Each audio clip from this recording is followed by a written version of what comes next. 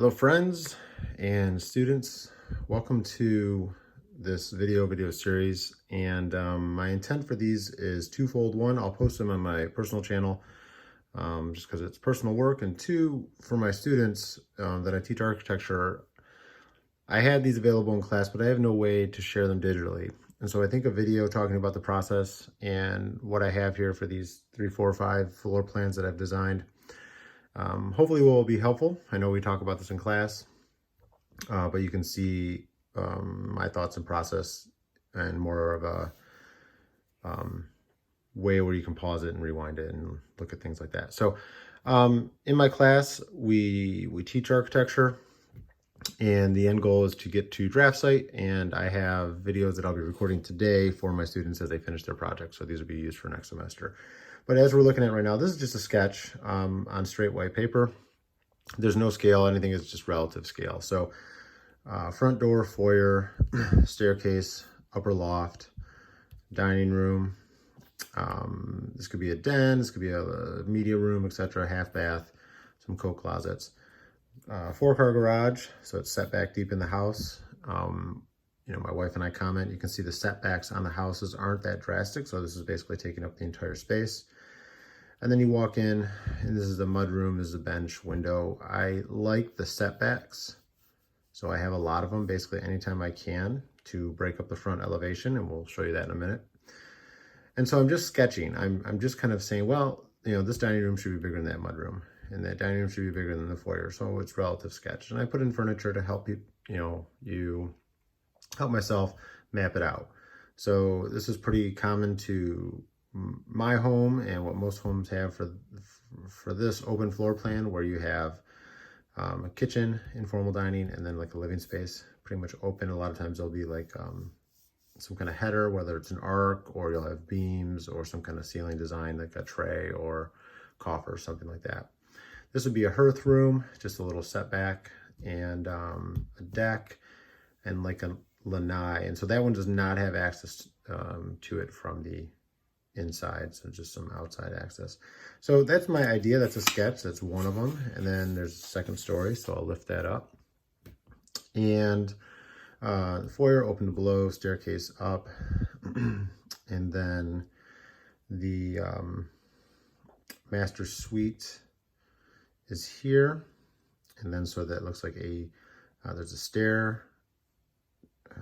Oh no, this is an opening right there to the master suite, bathroom, master closet, laundry room tucked in here, princess suite, and then there is, each of these bedrooms have their own. And then this looks like the above garage loft. And so I left this, I didn't want to go all the way to the end of the garage, just so that you could have some differentiation in the elevation. So I sketched out my elevation based on that. And if you're watching this year, you know I talk about the open truss craftsman style. That's what I like to do. Try to push that into a 2-story home. And so that's just my idea. And then again, this is why I try to not push my bonus room out too far, just so that there's some change in depth on the roof line above the garage. So that process, again, there's nothing to scale, it's just relative to scale. Being able to sketch your eyes out, that's the quickest way to get ideas on paper. And if you're wrong, you're wrong. You're just kind of sketching very fast. And so at some point that has to be transferred to scale, and so this would be step 2 out of 3. Sometimes I've skipped this step, gone right to draft site, but I enjoy it just because you'll find things that get pushed around, bumped around. 3 feet, 4 feet walkways don't always work out. So same layout, just a little bit more detailed. Grand foyer, garage, looks pretty similar, no major changes. That's because I've been doing this for a while. I think I added a little bit more detail to the top story. And I'm going to try and turn this light off and see if it doesn't wash out as much. And let's adjust that. That seems to be good. So I did change the upstairs significantly on this floor plan. So I had to I ended up putting the master suite going this way. Suites 1, 2, and 3. Each one, this is a princess, this is a Jack and Jill, and a much bigger master closet for that guy. And so then I took, what we would do and what I help students do in class is design a roof plan. And from, I have an architect friend who, he said this is very tough regardless. So we try and we work through these things, but this is be a roof plan. And you need to have this before you can really apply exactly what you want to do on your elevation. And so this is different than the sketch. And I'll see if I can zoom in a little bit. There we go.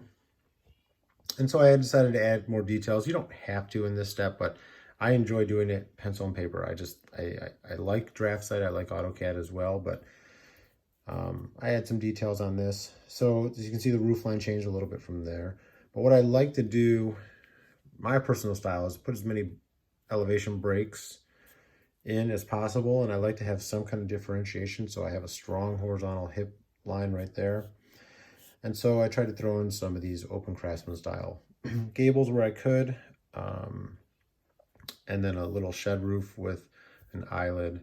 So I could see this being definitely mixed materials, some brick, stone, and obviously some wood siding. And then most of my students would end up doing something like this on DraftSight. But you can do it on pencil and paper. So even if you are, at home and you enjoy this, I know I have a student in my class right now who does indeed want to be an architect, and I wish her the best. She's very talented, and we'll review her drawing at some point today. And this is the rear elevation, not as exciting, but still I did it. And I didn't do the left and right for this. So again, my point is to walk through this process and give you some examples, ideas, and hopefully that helps. And again, we'll do it live in class. And if anybody's watching this, not one of my students, I hope you appreciate the work. One of the things that I